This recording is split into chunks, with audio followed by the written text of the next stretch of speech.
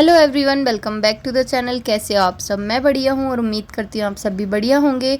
So last blog से ही continue कर रही हूँ। यहीं पे मैंने एंड किया था और वहीं से मैं कंटिन्यू कर रही हूँ। तो यहाँ पे मैं अपने मायके में हूँ। मैंने लास्ट ब्लॉग में आप सबको बताया था और ये मॉर्निंग से ही मैं शूट कर रही हूँ। और यहाँ पे आज नाश्ते में बना है पोहा। तो यहाँ पे मैं पोहा खा रही हूँ।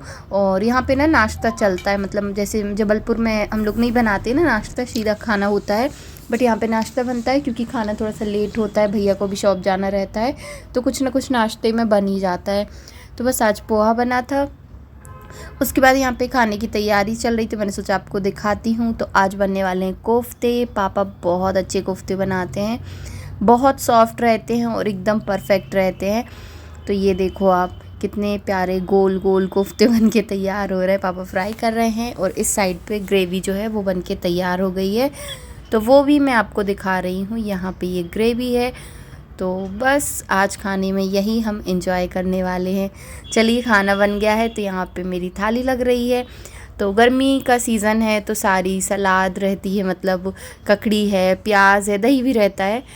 यहाँ पे दाल है, कोफ्ते की सब्ज़ी है, खिचला, पापड़ और अचार है, रोटी है। तो बस यहाँ पे मैं खाना खा रही हूँ। यहीं पे अरहम भी खाना खा रहा है।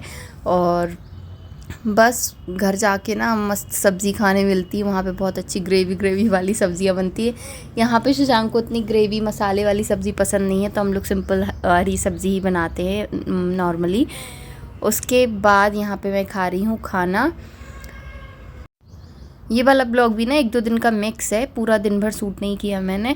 तो 1-2 दिन के बाद मैं ना घर गई थी जब तेंदुखेड़ा। उसके बाद ना हम लोग यहाँ पे पार्लर आए थे। लास्ट टाइम मैं पार्लर गई थी दिसंबर लास्ट में, जब शादी होनी थी रिया भाभी की, तब। उसके बाद वो भी नहीं आई और मैं भी आई हूँ, तो वो भी आई और मैं भी आई हूँ। तो मैंने सोचा कि जो बाल है वो सेट करा लेते हैं, क्योंकि बहुत अजीबोगरीब बढ़ गए हैं नीचे से। तो यहाँ पे मैंने थ्रेडिंग कराई है और बाल भी सेट कराए हैं। पीछे भाभी के भी थोड़ा बहुत हेयर कट हो रहा है, सेट करा रही हैं वो भी। और बस फिर घर आ गए हैं। घर पे यहाँ पे केले जो है वो बॉयल हो गए थे और आज बनने वाले हैं आलू के पराठे। तो पापा आलू नहीं खाते, माँ भी नहीं खाती, तो माँ की तो अष्टान का चल रही हैं, बट पापा के लिए केले के पराठे बनने वाले हैं।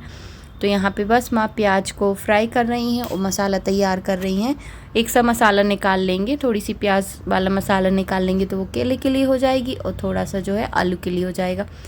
यहाँ मैं अंदर आई तो देखा अक्षु जो है उठ गई है और आराम उसे खिला रहा है। और उसे अरहम के साथ खेलना बहुत अच्छा लगता है, तो बहुत एंजॉय करती है वो भी ये वाला टाइम। और अभी तो मेरी कॉल पे बात हुई थी, तो ना बहुत बोलने लगी है वो, खुद से ही कुछ कुछ कुछ कुछ बोलती रहती है।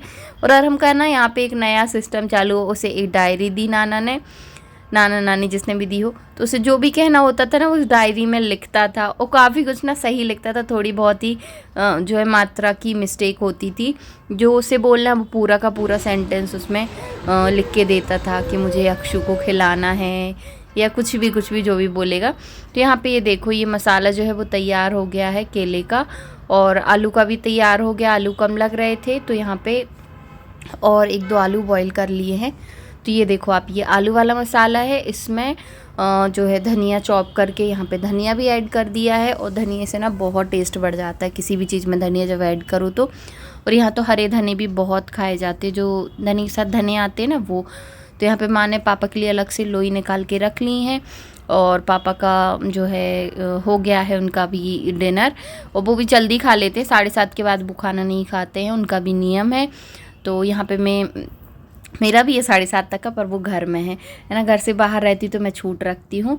तो यहाँ पे आलू के जो पराठे वो बन गए थे तो मैं खा रही हूँ। साइड में अरहम भी खा रहा था, पहले मैंने उसी को खिलाया और फिर माँ थाली दे गई कि सबको खाना खाना है अभी, तो तुम खा लो, फ्री हो। तो यहाँ पे मैंने भी खाना खा लिया अरहम के बाद, और बस मस्त एंजॉय किया। मीठा भी है, प्याज भी है। नेक्स्ट डे मिल रही हूँ फिर से मॉर्निंग में। यहाँ पे आया है नाश्ता, तो आज आए हैं आलू के समोसे यहाँ पे ना, मतलब समोसे।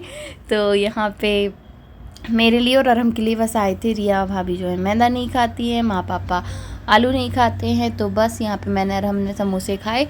और यहाँ पे ऐसे ही छोटे छोटे पिचके पिचके टाइप के समोसे मिलते हैं जहाँ से लोग लाते हैं। इसके बाद ना आज खाने में बाटी बनी हुई थी, बाटी भरता बहुत टेस्टी बना था वो भी, तो बस हमने वो खाया। और हम ना यहाँ आके ना उसको कुछ तो भी मतलब सब काम करने पड़ते, सारे काम। तो यहाँ पे माँ बर्तन मांज रही हैं, भाभी वॉश कर रही हैं, और यहीं पे अरहम भी वॉश करने बैठ गया। मैं दुकान पे बैठी हुई थी। पापा खाना खा के थोड़ा बहुत देर के लिए सो जाते हैं, तो माँ बोली थोड़ी देर तुम बैठ जाओ, उसके बाद फिर मैं आ रही हूँ बर्तन धुल के। और पापा बहुत जल्दी भी उठ जाते, वो 4:30-5 बजे उठ जाते, तो दोपहर में उन्हें सोना होता है। ये देख के तो आप समझ ही गए होंगे कि ये क्या चल रहा है। तो ये हम लोग ना होली वाला फ़ोटो शूट कर रहे थे अक्षु का, तो बहुत अच्छे से हो गया था। थोड़ा सा वो रो रही थी, परेशान कर रही थी। ये वाली ड्रेस ना ऑनलाइन ली थी, तो ना उसको थोड़ा सा चुभ भी रही थी। तो बस हम लोग ने उसका होली वाला शूट किया, बहुत अच्छा हुआ था। मैं कुछ क्लिप्स ऐड कर दूँगी या फिर मैं उसमें कम्युनिटी पोस्ट पे डाल दूँगी। बुआ बुआ बुआ बुआ क्या हो गई थी? हाँ, आलम भैया को मजाक लग रहा है। हाँ हाँ, तो ना अक्षु से बात करो तो बहुत कोशिश करती थी उस टाइम बात करने की, बट अब तो वो बहुत ज़्यादा ऐसे ही करने लगी है, आवाज़ निकालती खुद से ही। इसके बाद ना हम आए हैं 27 मील और डेट थी 26, और आज आने वाले थे समय सागर जी महाराज जी, उनकी आगवानी थी। तो बस हम सब यहीं आए हैं। और 27 मील पे हमारी एक और मतलब शॉप है, और उसके साथ बिल्डिंग भी है, एक और नई बनी है। तो जितने मुनि महाराज अभी निकल रहे हैं तेंदुखेड़ा होते हुए, तो सारे मुनि महाराज पहले 27 मील पे उसी बिल्डिंग में रुकते हैं। तो ये हमारा बहुत बड़ा सौभाग्य है।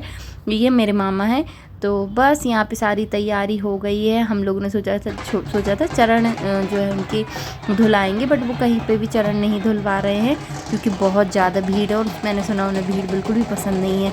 तो बस यहाँ पे महाराज जी की आगवानी हो गई है, और आप देखो अभी आपको भी दर्शन करने को मिलेंगे।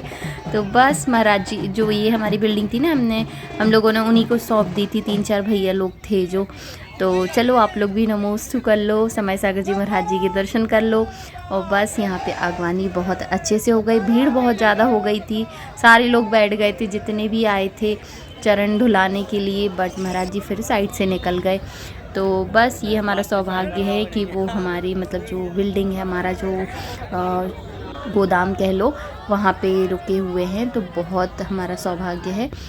और फिर महाराज जी ने बाद में ऊपर से यहाँ से दर्शन भी दिए थे, तो मैंने इसे भी कैप्चर किया। नेक्स्ट डे 27 तारीख को हमें आना था, और उसी दिन समय सागर जी महाराज जी की आगवानी थी तेंदुखेड़ा में। और जो है गौशाला है जो तेंदुखेड़ा का, वहाँ का लोकार्पण भी होना था उन्हीं के हाथों।